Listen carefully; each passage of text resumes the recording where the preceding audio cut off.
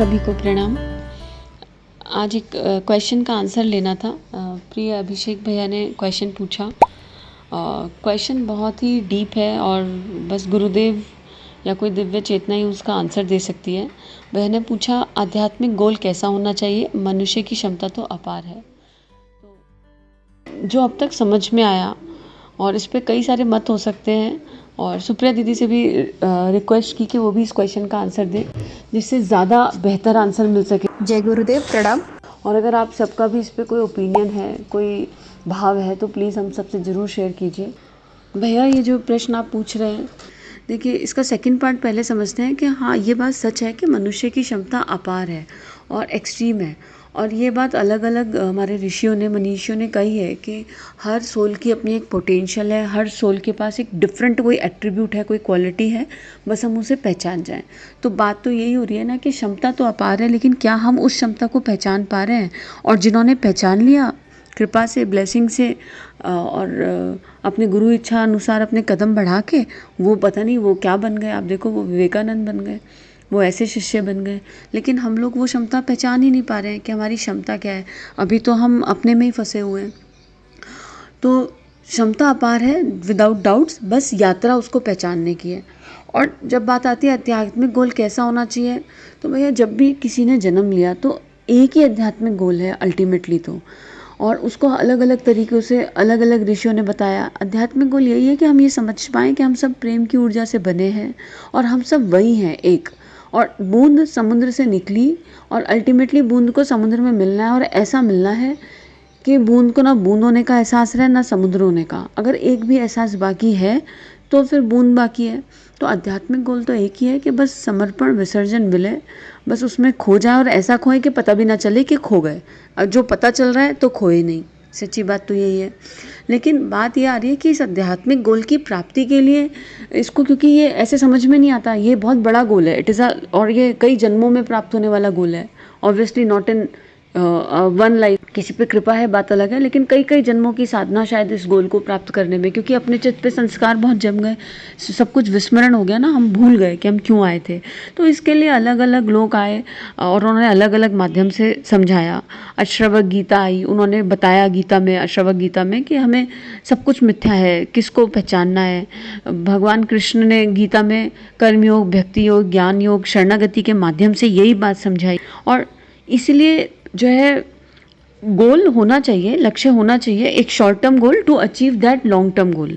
Ultimately तो वही गोल है आध्यात्मिक गोल की। केवल अगर बात करें, यहाँ भौतिक की बिल्कुल बात नहीं कर रहे हैं। लेकिन फिर एक बात कि अगर गोल है और उसको अचीव करने की भाग दौड़ में आप भाग रहे हो और फिर वो नहीं प्राप्त हो रहा, तो हम माइनस में चले जा रहे हैं, हम गिल्ट में चले जा रहे हैं। एक्चुअली कोई इच्छा नहीं होनी चाहिए अल्टीमेटली। तो ये बात समझ में आ रही है अब तक कि लक्ष्य होना चाहिए, और लक्ष्य के लिए हर क्षण आपका प्रयास होना चाहिए, हर क्षण प्रयास होना चाहिए। लेकिन लक्ष्य मिलेगा ही मिलेगा, या अभी मिल जाए, या उसकी इच्छा होना कि लक्ष्य रखा लेकिन वो मिल जाए, ये एक इच्छा हो गई। तो इस तरह की इच्छा का समर्पण होना चाहिए। तो गोल तो एक ही है, और उसके लिए हम छोटे छोटे गोल बनाते हैं। तो गुरुदेव ने इसको और सिंपल कर दिया। गुरुदेव ने व्हाट एम आई बोला कि बस तुम ये समझ जाओ कि तुम शरीर नहीं हो, तो इसमें मत उलझो। तो गुरुदेव ने इसको और सिंपल करने के लिए हमें 5 स्टेप दे दिए। आत्मबोध, आत्मचिंतन, आत्म सुधार, आत्मनिर्माण और आत्म विकास। ये हमने उपासना समर्पण योग में भी सुप्रिया दीदी ने समझाया था कितने अच्छे से, 5 पॉइंट। कि अपना बोध होना कि I am not a body, I am beyond this body. और फिर चिंतन करना कि अच्छा, अगर मैं बॉडी नहीं हूँ तो मैं आत्मा हूँ, तो मेरे क्या आत्मा वाले जो मूल गुण हैं वो जागृत हुए, उसकी तरफ चिंतन करना। फिर हमें गैप पता चल जा रहा है कि अरे आत्मा का मूल स्वभाव तो ये है, और मेरे मन में तो हर क्षण हम इंद्रियों वाले और ये भौतिक वाले हमारे मन में भाव विचार आ रहे हैं, जो शरीर, जो आत्मा से के परे हैं। अभी ये खा लो, अभी वो खा लो, अभी इसकी बुराई, अभी राग द्वेष, ये सब आ रहा है। तो जब ये पता चल जा रहा है तो आत्म सुधार, कि अब ये कैसे नहीं आएगा, उसकी तरफ बढ़े। आत्म सुधार होगा तो आत्मनिर्माण अपने आप हो जाएगा, और जब आत्मनिर्माण होगा तो आत्म विकास अर्थात वननेस की तरफ ऑटोमेटिकली बढ़ने लगेगी। फीलिंग ऑफ वननेस, कि कहीं कोई दूसरा है ही नहीं, सब कुछ उस प्रेम की ऊर्जा का बना हुआ है। Everything is that that supreme power, supreme consciousness, right. तो ये धीरे धीरे अपने आप जो है एक्सपीरियंस के स्तर पे भी आने लगेगा। वो एक्सपीरियंस ऑब्वियसली परमानेंट नहीं होगा, वो कुछ क्षणों का किसी को मिल गया और फिर हम प्रॉब्लम क्या होगी, मान लो आपको एक क्षण का हमें कुछ मिला तो हम उसमें खो जाते हैं। बात यह है कि अटकना नहीं है, कुछ भी मिल रहा है तो वो आज के लिए मिला, उसे भगवान के चरणों में रखो और आगे बढ़ो। और इन शॉर्ट भैया यही समझ में आया है कि अगर हम किसी भी चीज़ से अटैच हो रहे हैं कि हम ज्ञानी हैं, हम भक्ति हैं, हम मार्ग पे हैं, हम ज्ञान मार्ग पे हैं, हम कृपा मार्ग पे हैं, हम इस मार्ग पे हैं, तो फिर हम उस फॉल्स आइडेंटिटी से अटैच हो रहे हैं। गोल तो वही है हर आत्मा का, हर जीवात्मा का, उस परमात्मा में मिलन। और उसके लिए बीच के छोटे छोटे शॉर्ट टर्म गोल अपने इष्ट की अच्छा अनुरूप जो उन्होंने समझाए, और अल्टीमेटली जप रूपी साबुन घिसते रहो, केवल जप जप, केवल सुमिरन स्मरण, सुमिरन स्मरण भगवान का। हर क्षण आप कुछ भी काम कर रहे हो शरीर से, हम शरीर से कुछ भी करें, पर हमारे भाव हर पल हम ये सोचें, एक भी ऐसा भाव ना आ जाए जो मेरे गुरु की इच्छा के विपरीत हो, जो पर चिंतन का हो, केवल अपने अंदर का चिंतन, कि बस अंदर केवल प्रभु की स्मृति, उनका नाम जप। बस जब वो जप रूपी साबुन घिसती रहती है ना, तो सब अपने आप हो जाएगा। तो हम केवल इस दिशा में अलर्ट हो जाएं कि एक भी भाव, एक भी विचार ऐसा ना हो, एक भी कर्म ऐसा ना हो जो उस आत्मा के मूल गुण से परे हो। और उसके लिए बस हर क्षण एक एक मोमेंट ये याद रखना है, दैट्स इट, और कुछ नहीं करना। और मौन मानसिक जप हर समय चलता रहे, इसका अभ्यास करते रहें। शुरू में बहुत मन भागता है और एक्सट्रीम भागता है, और कई बार तो ऐसा भी हो जाता है कि अच्छा चलो आज 2 घंटे का जप कर लिया, मानसिक हो गया 2 घंटे, तो अब बाकी बचे हुए घंटे क्या करें? नहीं, कोई टाइमलाइन नहीं है इसकी। हर क्षण आप ऑफिस का काम कर रहे हो, आप घर का काम कर रहे हो, आप बच्चे के साथ हो, आप परिवार के साथ हो, कुछ भी हो, लेकिन अंदर हमारा एक भाग उस परम चेतना से कनेक्टेड रहे। और चाहे राम नाम रूपी मंत्र ले लें, चाहे आपकी आत्मा को आपको जो मंत्र पसंद हो, अपने इष्ट का वो मंत्र जब हर क्षण हर पल होता रहे, तो बाकी सब वो संभाल लेंगे। बाकी वो सब, क्योंकि मूल में केवल कृपा है, उनकी मर्जी के बिना एक पत्ता भी नहीं हिलता, मूल में केवल कृपा है, तो बाकी सब भगवान संभाल लेंगे आपके एक एक चिंतन को, एक एक भाव को। और कोई अनुचित भाव विचार आ जाए तो उसे रख दो भगवान के चरणों में, और अपने गोल की तरफ कदम बढ़ाते रहो। जो अपने शॉर्ट टर्म गोल, लॉन्ग टर्म गोल तो पता नहीं, वो तो कई जन्मों की यात्रा है। अपना शॉर्ट टर्म गोल उस लॉन्ग टर्म गोल की तरफ जो आपने रखा है, उसकी तरफ कदम बढ़ा लो। लेकिन उसमें भी ये नहीं कि बस ये आज मिल जाए, इस पल की इच्छा नहीं करना, बस अपना इस पल कर्म करना है, बेस्टेस्ट करना है। रिजल्ट मिले तो बढ़िया, ना मिले तो गुरु इच्छा, मिले तो गुरु इच्छा, उसमें फंसना नहीं है। बस यही समझ में आया। और इसके बाद सुप्रिया दीदी भी अपना आंसर देंगी। तो जिसकी चेतना को बस गुरुदेव से प्रार्थना कि जिसके लिए जो बेस्ट हो उसको वो मिल जाए, यही एक भाव, यही एक प्रार्थना। सभी को प्रणाम।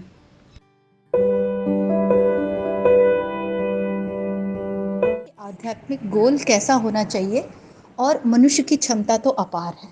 तो सबसे पहले तो ये समझते हैं कि आध्यात्मिक गोल होता क्या है और अध्यात्म क्या होता है। अध्यात्म कोई बहुत बड़ी भारी चीज़ नहीं है, जो हम लोग समझते हैं कि अध्यात्म मतलब बहुत हाई फाई कोई चीज़ होगी, अपने कोई पंख वंख निकल आएंगे और एकदम अद्भुत कुछ चमत्कारी हो जाएंगे हम लोग। आध्यात्म मतलब सिर्फ इतना है, अभी जो करंट में हमारी मन स्थिति, परिस्थिति, बुद्धि, विवेक है, उससे हमें ऊंचा उठना है। समझ लीजिए, जहां हम खड़े हैं उससे आप एक लेवल ऊपर उठ रहे हैं कि नहीं, देवत्व के कंटेक्स्ट में, या ये कह ले सत्व के कंटेक्स्ट में। देवत्व भी नहीं कहूंगी मैं, सत्व कहूंगी। प्रकृति 3 गुणों से मिलके बनी ना, रज, तम और सत। हम सभी मनुष्य जो यहाँ पैदा हुए हैं वो सभी राजसी हैं, क्योंकि जब रजत्व रहता है तभी मनुष्य तन प्राप्त होता है। अब मोटिव सिर्फ इतना रहता है कि ये जो तुम मिडिल में खड़े हो, तो तुम्हारे पास 2 ऑप्शन है, तुम तमस में ड्रॉप कर सकते हो अपने आप को, और नहीं तो सत्व में ऊपर उठा सकते हो। यही 2 ऑप्शन है। तो आध्यात्म क्या बोलता है कि तुम अपने आप को तमस में मत ड्रॉप करो। आध्यात्मिक लक्ष्य यही रखो कि जिस रजस वाली स्थिति में बने हुए हो, अब रजत वाली स्थिति होती है कि एक साधारण मनुष्य कैसा होता है, स्वार्थी, कामी, क्रोधी, लोभी, मटेरियलिस्टिक, यही होता है आम इंसान, आम जनता। 90% लोग, हम अपने इर्द गिर्द नज़र उठा के देखें तो हम पाएंगे कि सब ऐसे ही हैं, अपने बारे में सोचते हैं, अपनी निंदा चुगली इन्हीं सब में जीवन बिता देते हैं, अपना खाना नहाना, ऐसे समझ लीजिए। गुरुदेव कहते थे पेट और प्रजनन।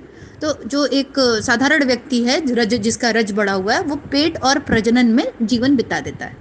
अध्यात्म क्या बोलता है? अध्यात्म बोलता है कि तुम ये पेट और प्रजनन और शरीर और इंद्रियां, इनसे ऊपर उठ जाओ, और धीरे धीरे जहाँ खड़े हो उससे प्रतिपल ऊपर उठते रहो। अब जैसा कि प्रश्न में एक और बात है, क्योंकि असीम और अनंत है, देखिए परमात्मा जो है निराकार ईश्वर वो असीम और अनंत है, तो ये बिल्कुल सही बात है कि कोई एक रीचिंग पॉइंट जैसा यहाँ पे कुछ नहीं होता कि हाँ एक कोई वहाँ पे देखिए 100 किलोमीटर बाद जब तुम पहुँच जाओगे ना तो बस बस बस वहाँ पे जाके तुम्हारी आध्यात्मिक यात्रा समाप्त, उसके बाद तो तुम्हें कुछ नहीं करना है। ऐसा कुछ नहीं है, ऐसा कुछ भी नहीं, ये सब भ्रम है। आध्यात्मिक व्यक्ति एक सीकर होता है। वो सीकर इसलिए होता है कि हम जहाँ खड़े हैं, जिस मन स्थिति परिस्थिति में, उससे हमने स्वयं को कितना ऊपर उठाया, जन्म दर जन्म, समय दर समय, जिसको अपन मुक्ति कहते हैं, जिसको हम ब्रह्म में लीन हो जाना कहते हैं ना, ये सब क्या है? कुछ नहीं। हम शरीर और इंद्रिय भाव से कितना ऊपर उठते गए और कितनी ज़्यादा अपने प्योरेस्ट कॉन्शियसनेस में, हाईएस्ट कॉन्शियसनेस जो कि हमारी आत्मा है, जो कि हमारी सोल है, उसमें हम पहुंचते गए। और आत्मा तो असीम अनंत निराकार है ना, तो अगर हम बोल दें कि हाँ एक स्टेप होगा जहाँ पे हम एक दिन होगा, हम उठेंगे और हम कहेंगे हाँ आज मैं अपनी आत्मा को प्राप्त कर गई, बस कहानी खत्म, the end of the story, goal and. तो ऐसा कोई गोल होता नहीं है, ये सच है, वो असीम और अनंत है। तो ये एक कंटिन्यूस प्रक्रिया है एक्सपेंशन की, ये कंटिन्यूस प्रक्रिया है अपने आप को में बनाने की, ये कह लीजिए बनाने की, हर लेवल ऊपर उठाने की, एक के बाद एक के बाद एक। बड़े बड़े महापुरुष देखिए कई जन्म लेकर आए, कबीरदास जी आए, उसके बाद समर्थ गुरु रामदास आए, वही सोल, फिर ठाकुर आए, फिर गुरुदेव आए। तो हर जन्म में उन्होंने अपने आप को एक लेवल ऊपर ही उठाया है। और एक लेवल ऊपर उठाना क्या कि कुछ एक्सपेंड ही किया है इस क्षेत्र में। तो अब प्रश्न जो था सिंपल कि आध्यात्मिक लक्ष्य क्या होता है और वो क्या होना चाहिए, क्योंकि इसकी तो कोई सीमा ही नहीं है। आध्यात्मिक लक्ष्य सिर्फ इतना है कि हमारी जो करंट परिस्थिति है वो बड़ी दयनीय है, बड़ी मिजरेबल है, तो हम कहीं इससे और नीचे गिर के कीड़े मकोड़े वाली स्थिति में ना पहुंच जाए। इसलिए ये ज़रूरी है कि जीवन में अध्यात्म हो, जिससे हम अपनी करंट परिस्थिति से उठ के सत्व में बढ़ें और फिर सत्व से भी आगे निकल जाएं, निर्गुण और निराकार में पहुंच जाएं। और वहाँ पे भी एक्सपेंशन चालू ही रहेगा, क्योंकि जो असीम और अनंत है तो एक्सपेंशन तो चालू ही रहेगा। तो मेरी समझ में आध्यात्मिक लक्ष्य सिर्फ इतना है, बहुत हाई फाई लक्ष्य नहीं सेट करना चाहिए कि अभी से बहुत बड़े हाई फाई, बस करंट देखो, अभी तुरंत तत्क्षण क्या है, जीवन कैसा चल रहा है, खुश हो, आनंदित हो, मन स्थिति शांत है, शांति बनी रहती है, चार जिसके साथ मिलते जुलते उठते बैठते हो उनको भी शांति आनंद दे पा रहे हो।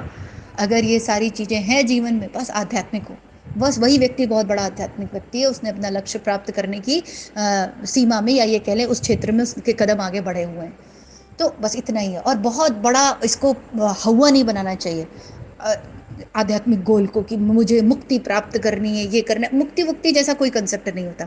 मुक्ति मतलब परमार्थ होता है। मुक्ति का सीधा सीधा अर्थ ये होता है कि अब मैं अपने इस शरीर और इंद्रियों में नहीं रहती, अब मैं सब जगह रहती हूँ। जैसे मैं सुप्रिया हूँ और मैं बोलूँ कि मेरी मुक्ति हो गई, तो मुक्ति का अर्थ है कि मैं सिर्फ अपने इस शरीर और इंद्रियों को ही अपना नहीं मानती, अपने बुद्धि मन को, मैं अब सब जगह सर्वत्र व्याप्त हूँ। वो परमात्मा स्वरूप जो सकड़कड़ में व्याप्त है। तो जब जो व्यक्ति सर्वत्र रहेगा और सर्वत्र इतना पेन है, इतना दुख है, इतनी पीड़ा है, सर्वत्र आप ही की छवि है, तो वो व्यक्ति परमार्थी नहीं हो जाएगा तो क्या हो जाएगा। तो मुक्ति उक्ति जैसा कुछ नहीं होता। मुक्ति का सीधा सीधा मतलब परमार्थ होता है। तो अध्यात्म सिंपल सा है, जो है अभी प्रॉब्लम, जो हम जिस स्थिति में हैं उससे ऊंचे उठते जाए, यानी अपनी सफाई करते जाओ, क्लींजिंग करते जाओ, रोज साफ करते करते करते करते, और क्लींजिंग की कोई सीमा ही नहीं है, अंत ही नहीं है। वो तो बस करते जाओ और निखरते जाओगे, हीरा बनते जाओगे। तो यही होगा। जय गुरुदेव, सभी को प्रणाम। हमारे YouTube चैनल को सब्सक्राइब करें और बेल आइकन को दबाकर ऑल पर क्लिक करें ताकि नोटिफिकेशंस आपको मिलती रहें।